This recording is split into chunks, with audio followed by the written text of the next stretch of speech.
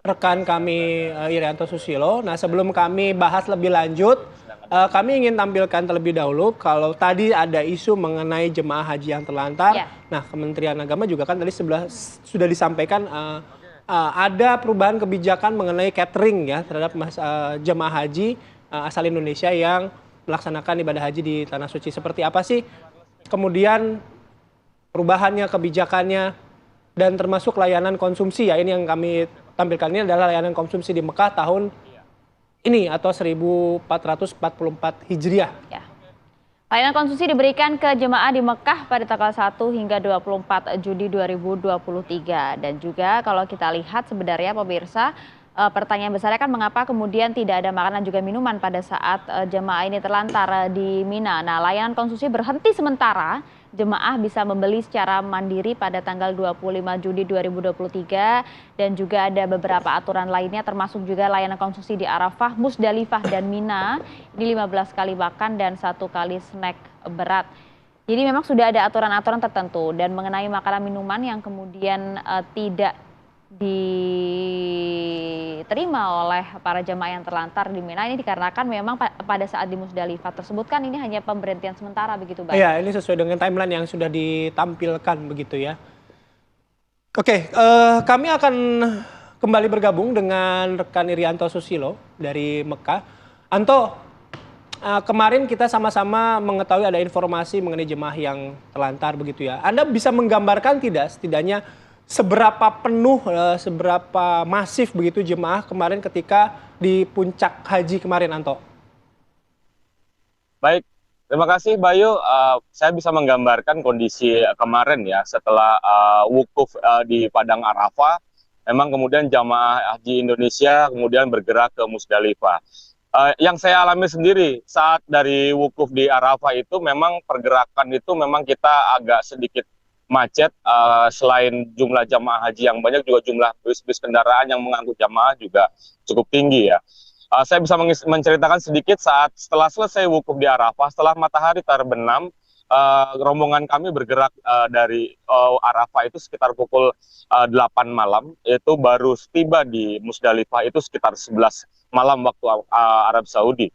Kami bermalam dulu di Mabit.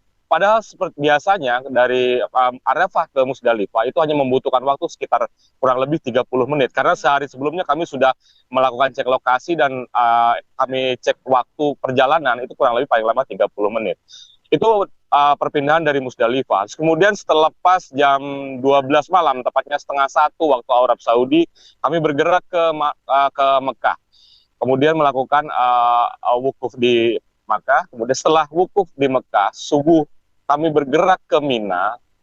Kami berjalan rombongan berjalan menggunakan bis selepas jam 5 waktu Arab Saudi dan rombongan kami saja waktu itu tertahan kurang lebih sekitar 5 sampai 5,5 jam dari Mekah mau masuk ke Mina. Memang sepanjang pantauan kami di dalam bis sepanjang jalan ribuan jamaah haji sudah memadati jalan menuju Mina dan memang mayoritas didominasi oleh yang saya perhatikan dari pantauan saya langsung di lapangan rata-rata jemaah haji dari India, Bangladesh dan Pakistan.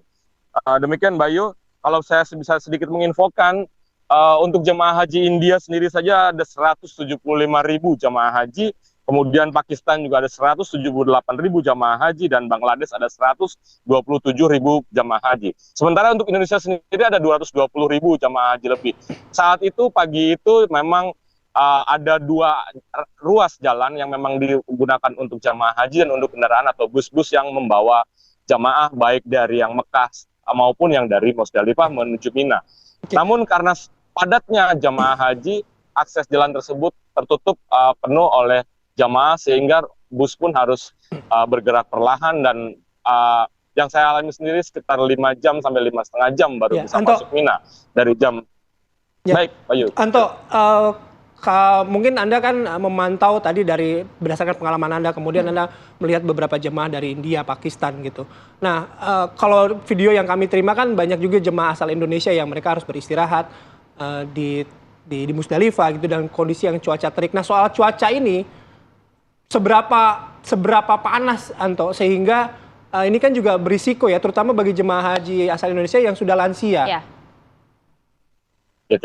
Oke, baik Bayu, saya sedikit gambarkan saat kami menjalani wukuf di Padang Arafah sekitar pukul 8 pagi, kami itu mendapat SMS notifikasi dari Kementerian Kesehatan Arab Saudi yang memberikan kami warning bahwa memang cuaca di Padang Arafah saat itu akan tinggi mulai dari jam 10 hingga jam 4 sore. Memang saya pantau di Arafah sendiri sekitar pukul jam yang disampaikan tersebut oleh Kementerian Kesehatan itu suhu mencapai 45 derajat Celcius. Sangat panas sekali. Oke, mencapai 45 Bayu. derajat Celcius. Anto, Anda bisa gambarkan kondisi para jamaah, terutama para jamaah Indonesia yang berada di sana, menunggu 5 hingga 5,5 Anda jam. tidak terdengar, Bayu. Anto, Anda mendengar Saya suara mungkin bisa saya, sedikit Anto? gambarkan lagi soal aktivitas haji hari ini setelah kemarin tawaf. Ya Setelah silakan Anto. kemarin lemrah maaf. Saya bisa jelaskan aktivitas haji jamaah haji dari seluruh dunia hari ini setelah kemarin sudah melempar jumroh yang hari pertama, hari ini akan dilanjutkan di hari tasrik, akan dilanjutkan dengan melempar jumroh di jumroh ula dan wusta. Demikian, Bayu. Ya, Anto, Anda bisa mendengar suara saya, Anto? Ya, Maria, dengar. Ya. Anto, Anda bisa gambarkan tidak bagaimana kondisi jamaah Indonesia pada saat itu, pada saat menunggu 5 hingga 5,5 jam dengan kondisi cuaca yang Anda gambarkan, bahkan 41 hingga 45 derajat Celcius di sana? Begini Maria, saya sedikit gambarkan lagi, sedikit jelaskan lagi. Rombongan kami berbeda dengan rombongan jemaah haji Indonesia yang kemudian teman-teman di tanah air juga mendapatkan gambar yang ramai beredar di media sosial. Lokasi saya dan jemaah haji memang cukup jauh, jadi saya tidak bisa mengkonfirmasi keadaan mereka. Oke, tapi ketika Anda tadi bercerita begitu naik bus begitu ya, kan lokasinya akses kendaraan juga tertutup oleh jamaah yang ada di sana begitu. Nah, yang Anda lihat apakah jamaah memang tetap bergerak atau ada beberapa jamaah yang harus minggir beristirahat dan lain sebagainya? Anda juga mendengar informasi bahwa ada jamaah asal Indonesia yang pingsan, informasinya di sana? Informasi itu kami dapatkan hanya dari media sosial mengenai perkembangan jemaah haji yang mengalami sakit dan segala macam. Tapi mengenai pertanyaan Bayu, apakah pergerakan jemaah haji saat kemarin itu berjalan lancar? Memang gelombang jemaah haji itu terus berjalan walaupun pelan, dan memang ada beberapa akses yang akhirnya harus ditutup dan dibuka oleh otoritas keamanan setempat untuk memperlancar pergerakan jemaah haji baik yang berjalan kaki maupun yang menggunakan kendaraan baik dari Musdalifah maupun dari Mekah yang menuju ke Mina. Oke, baik, Irianto Susilo mengabarkan langsung dari Mina, Arab Saudi. Terima kasih atas laporannya. Selamat bertugas kembali, selamat beribadah. Anto, hati-hati dan salam buat rekan-rekan di sana. Oke, kita langsung ngobrol dengan Kang Maman. Assalamualaikum, Kang. Waalaikumsalam. Oke, baik Kang, nanti kita coba akan ngobrol-ngobrol lebih lanjut lagi mengenai hal ini ya Kang ya, dan juga ada beberapa dorongan dari DPR kepada Kementerian Agama mengenai hal ini juga. Terima kasih Kang Maman Imanul Haq, anggota Komisi 8 DPR sudah bergabung bersama kami. Kita akan ngobrolnya usai jeda Kang, sesaat lagi untuk Anda pemirsa.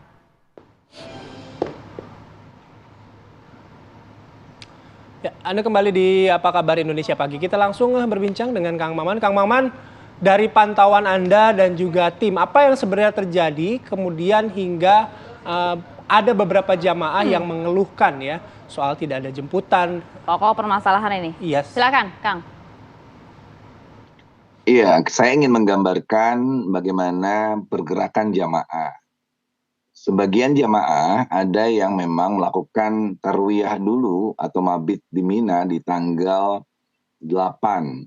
Tetapi sebagian besar dari jamaah kita memang itu berangkat tidak ke Mina, tapi langsung di Arafah. Jadi malam 9 itu mereka sudah ada di tenda-tenda di Arafah untuk persiapan wukuf. Nah, pergerakan itu lalu ketika puncak wukuf di tanggal 9, ketika terbenam matahari, mereka semua berangkat untuk melakukan mabit di Muzdalifah. Sebenarnya Muzdalifah itu hanya transit belaka ya, karena tidak disiapin tenda, tidak disiapkan persiapan apapun kecuali ada gelar beberapa di tempat yang namanya karpet dan lain sebagainya. Nah, problem itu muncul ketika jamaah sangat membludak sepulangnya dari Arafah, lalu di Muzdalifah dari mulai sekitar jam 10 malam, lalu puncaknya sekitar jam 1, jam 2 malam. Nah, ketika mereka nunggu bis untuk menjemput mereka ke tenda-tenda mereka di Mina, nah si bis itu mengalami kemacetan. Disinilah problem muncul karena tidak ada persediaan makanan minuman di tempat itu kecuali memang di mereka yang bisa membawa sendiri-sendiri. Yang kedua, tidak terbayangkan bahwa ada yang bisa menunggu sampai lebih dari jam 12 siang di saat suhu mencapai 42 derajat. Nah, inilah sebenarnya menjadi awal tumpukan-tumpukan jamaah yang tidak terangkut atau belum terangkut karena kemacetan yang luar biasa, menjadikan mereka apalagi yang lansia mengalami lemas-lemas karena memang kehausan, dehidrasi dan lain sebagainya. Itu gambaran terjadinya peristiwa di insiden di Muzdalifah itu. Ya, Kang Maman, kan yang kemudian didorong juga oleh DPR yang juga dipertanyakan kan jika dalam kondisi darurat seperti kemarin begitu ya, hal-hal yang tidak diinginkan oleh kita semua. Apa tidak ada backup untuk bisa menyalurkan makanan dan juga minuman ke sana begitu loh, Kang? Iya, waktu rapat dengan Menteri Agama dihadiri juga oleh anggota Amirul Hajj dan juga Duta Besar Arab Saudi untuk Indonesia untuk Arab Saudi, salah satu pimpinan kami yaitu Pak Marwan Dasopang dari PKB mengusulkan apa yang disebut dengan strategi kedaruratan bila terjadi. Karena di tiap haji biasanya ada saja problem-problem yang terjadi, misalnya di Mina, misalnya kekurangan air, misalnya ada overloading di maktab, terutama di Mina. Yeah. Nah, itu sudah diusulkan. Betul saja ternyata di tahun ini yang terjadi justru di Muzdalifah, yang biasanya bis-bis itu lancar untuk menjemput kembali jamaah yang sempat diturunkan di Muzdalifah untuk mabit dan mengambil kerikil, ternyata tersendat. Dan ketersendatan ini betul-betul beruntun. Kalau satu bis tidak bisa datang ke Muzdalifah karena macet, maka bis-bis yang lain akan terus mengikuti kemacetan itu. Sehingga kemacetan itu yang membuat tumpukan jamaah di Muzdalifah tidak tersalurkan dengan baik menuju maktam-maktam mereka di Mina. Nah, ini diperparah, satu memang kondisi cuaca yang sangat terik, lalu minimnya persediaan air, apalagi makan ya, jangankan air, apalagi makan. Dan itu diperparah banyak sekali jamaah yang waktu di Arafah bahkan beberapa tenda seperti yang terjadi misalnya di Kloter 64 kalau nggak salah dari Bandung itu, di mana ada orang mensabotase, ngaku ngambil nasi untuk kloter anu, tapi ternyata tidak nyampe di kloter. Ini yang akhirnya harus diselesaikan. Dalam keadaan lapar, dalam keadaan haus, kepanasan, terutama orang-orang tua mengalami pingsan dan lain sebagainya. Sedangkan sekali lagi di Muzdalifah memang tidak disediakan tenda. Muzdalifah itu hanya antara transit untuk sebentar saja berdiam di Muzdalifah lalu mengambil batu kerikil. Maka dalam keadaan stuck seperti itu, tim pengawasan DPR melakukan komunikasi dengan Dirjen PHU dan seluruh yang terkait dalam pelaksanaan ibadah haji termasuk dengan otoritas Arab Saudi untuk menyalurkan baik itu makanan, minuman. Tetapi kendala transportasi itu yang menjadi alasan bahwa mereka agak kesulitan mensuplai jamaah begitu banyak dan baru bisa agak sedikit cair ketika sudah agak siang di mana jamaah-jamaah dari negara lain sebagian ada yang mengalir melakukan tawaf ifadah ke Mekah, sebagian masuk ke Mina. Itu yang menjadi catatan betapa sulitnya untuk menyalurkan itu semua dengan jumlah yang begitu banyak dan jalan atau sarana transportasi yang tersendat. Ya, Kang Maman, kalau misalnya tadi Kang Maman sudah menyampaikan karena akses jemaah yang banyak begitu nggak akses kendaraan untuk masuk menjemput akhirnya terhambat. Tapi bukankah dalam setiap pelaksanaan ibadah haji kita tidak bicara soal ketika COVID ya, ketika tidak diadakan gitu. Nah, ketika pelaksanaan ibadah haji kan juga kondisinya akan sama. Apa yang membedakan gitu kondisi sekarang dan kondisi sebelumnya, Kang? Iya, kita tahu bahwa ini adalah ibadah haji normal pasca COVID ya.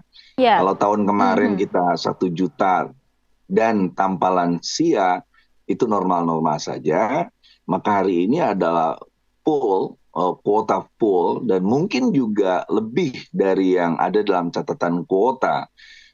Sehingga ditambah dengan kehadiran lansia di mana Indonesia pun menghadirkan 67.000 lansia. Jadi bayangkan bagaimana lambatnya orang ketika dari Arafah, lalu proses naik ke bis, lalu turun dari bis. Bayangkan kalau itu adalah lansia, belum kursi-kursi roda. Itu yang tentu akan sangat menghambat pergerakan transportasi jamaah. Maksudnya kan harusnya kan ini sudah bisa diantisipasi begitu loh Kang. Sudah bisa diantisipasi, sudah bisa diperkirakan, terlebih lagi memang kondisi jalan yang macet dan lain-lain kan pada saat pelaksanaan ibadah haji kan sudah menjadi hal yang biasa di Mekah. Betul, tetapi tidak sama dari tahun ke tahun problemnya. Kita tidak tahu beberapa ketersediaan bis, terutama bis-bis yang disediakan untuk negara-negara lain. Termasuk juga bis-bis yang dipakai oleh haji-haji yang tidak tercatat misalnya. Karena banyak haji-haji lokal yang datang juga ke kota suci Mekah menunaikan ibadah haji ini. Itu memang tidak bisa terantisipasi dengan baik walaupun fasilitas-fasilitas seperti jalan dan sebagainya lebih baik. Setiap tahun pasti saja ada problem yang tidak terprediksi, baik karena kondisi jamaah, keterlambatan mobile jamaah, kesulitan transportasi, kemacetan, termasuk juga kemungkinan jalan itu agak sedikit terhalangi oleh kehadiran begitu banyak tamu-tamu VVIP yang mereka tentu tidak pakai bis satu persatu, tapi lewat pengawalan yang lebih ketat. Makanya kita sudah minta dari pihak Kementerian Agama untuk merinci apa persoalan yang terjadi di Muzdalifah kemarin. Yang pasti kita terus tim pengawas DPR ketika mendapatkan masukan-masukan dari ketua-ketua kloter, dari jamaah-jamaah kita, dari seluruh Indonesia yang mengalami insiden di Muzdalifah sampai berjam-jam dan baru terangkut di jam 2 malam. Bayangkan saja. Dan dari jam 2 siang, bayangkan saja dari sekitar jam 10 malam sampai jam 2 siang dalam keadaan terik matahari dan berjubelnya manusia, siapa yang bisa kuat dalam kondisi seperti itu? Oke, baik. Yang pasti kami juga, terutama masyarakat gitu ya, melalui perwakilan DPR mendorong adanya evaluasi gitu pelaksanaan ibadah haji dari tahun ke tahun sehingga nanti jemaah haji yang berangkat Tanah Suci juga dapat beribadah dengan nyaman dan juga aman. Ya betul. Terima kasih banyak Kang Maman sudah bergabung di Apa Kabar Indonesia Pagi dan juga memberikan masukan-masukan dan juga catatannya bagi kami. Terima kasih banyak Kang. Assalamualaikum.